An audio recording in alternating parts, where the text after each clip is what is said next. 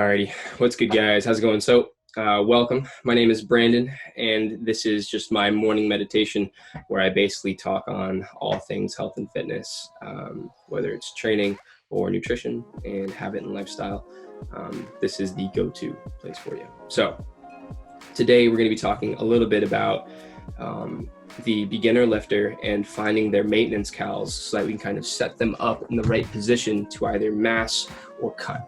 Okay, so if you're someone who has never tracked before, this is definitely going to be a good video for you. So what is the best thing we could possibly do with a new athlete that has never really tracked before, right?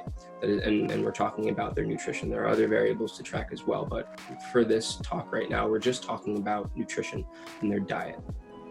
So what is the problem, right? So the problem is we have no idea what our intake is. We don't know, and if we don't know, that's pretty much the problem. We don't know what our intake is. So the objective is to figure out our intake.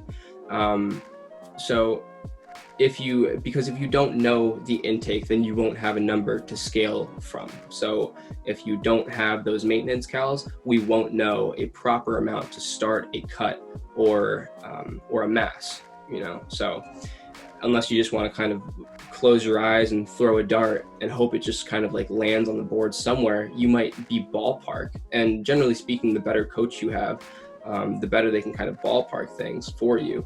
But if you have generally no idea, you're going to need to track. So when it comes to tracking, I will say firsthand experience, you don't want to go too crazy with it. I find that buckling down and really getting, using tracking as a tool to get better at other things, like not tracking in the future. Tracking is basically something that it's a skill that you will acquire over time. You'll be able to kind of eyeball things. And then the most optimal experience for you to possibly have is to literally be able to do whatever you want, mass or cut, and not track a single thing, just be able to kind of process exactly what's going on right in front of you, all in your head. That would be magical, right? Because that would take a lot of the stress out of tracking and managing and microing things. If you just kind of knew everything all at once right there, you knew exactly how to kind of carry yourself through a prep or whatever it is, that is the most optimal experience. So you want to make sure that you're not tracking too hard, you're going too crazy, and it's stressing you out. You don't want tracking to be in control of you. You want to be in control of tracking. So you have to figure out a happy medium and what works for you and what is optimal for you. Okay, so if I tell you to micromanage every single thing that you're eating, then that might work for you for a little bit, but then it might just wear down on you. So what I would suggest is, if you're just starting out, just start with a pen and pad, quite honestly, or MyFitnessPal. So this is an application that you can get on the phone. They're super simple tools that we can use to just kind of track and manage what we're eating. And keep in mind that we're trying to find our maintenance calories. Specifically with this video, we're just talking about maintenance calories. So why is it even good to find those maintenance calories? Again, it's just because we want to have that number to go off from, whether, so that we know exactly the number that we need to escalate or take away from. So this is how we'll figure that out.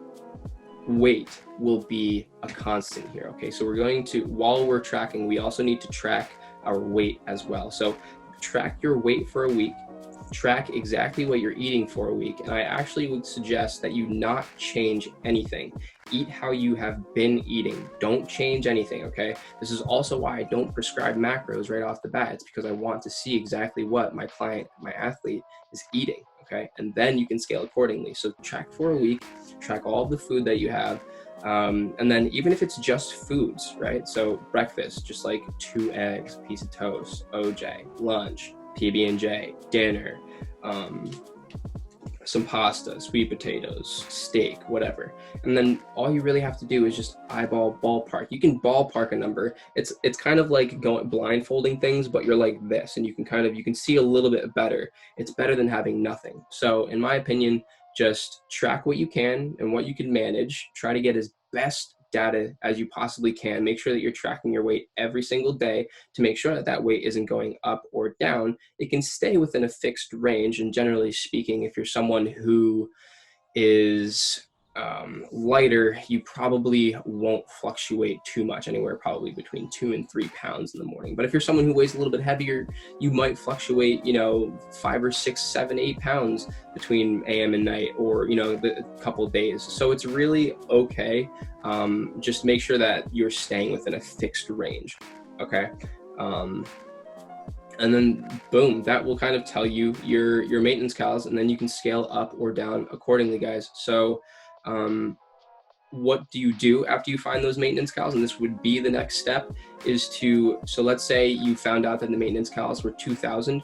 Now you want to look at the proportion of macronutrients within that 2,000 kcal. So where are those calories coming from in proportion to the macronutrients that you're eating? Right? So are you eating more protein, or are you eating less protein proportionately to carbohydrates and fats? And if you are, we want to change that a little bit. We want to increase the amount of protein that you're eating, maybe moderate the carbohydrate intake, and maybe increase the amount of fats that you're eating. This will change the proportion of macronutrients that you're eating, and it should have a really great effect, a really great benefit on your body and just your overall composition. So that is that, guys. I hope you enjoyed this morning's meditation on kind of maintenance calories, and how we can kind of intro ourselves into a diet and finding those maintenance calories, and why they're important. Have a good one. Peace.